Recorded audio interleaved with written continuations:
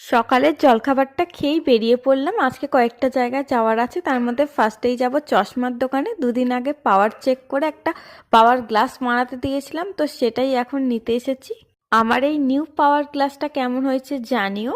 তো চশমার দোকান থেকে বেরিয়েই সামনেই ছিল একটা পার্লার, তো সেখানে চলে গেলাম, গিয়ে আমার আইব্রোটা করে নিলাম।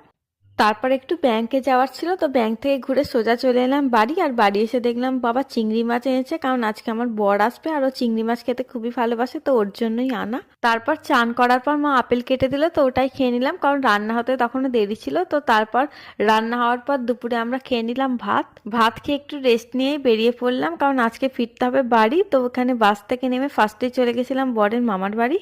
মামার বাড়ি এসে এই ছোট্ট কিউট বিড়ালটার সাথে আমাদের দেখা হয়ে গেল। আসার সময় মটন বিরিয়ানি কেনা হয়েছিল, তো বাড়ি ফিরেই চট করে ডিনারটা সেরে নিলাম। আজকের মিনি ব্লগ এই পর্যন্তই। আমাদের পিতুলটা তো ঘুমিয়ে গেল, তো চলো তোমরাও ঘুমিয়ে পড়ো। টাটা।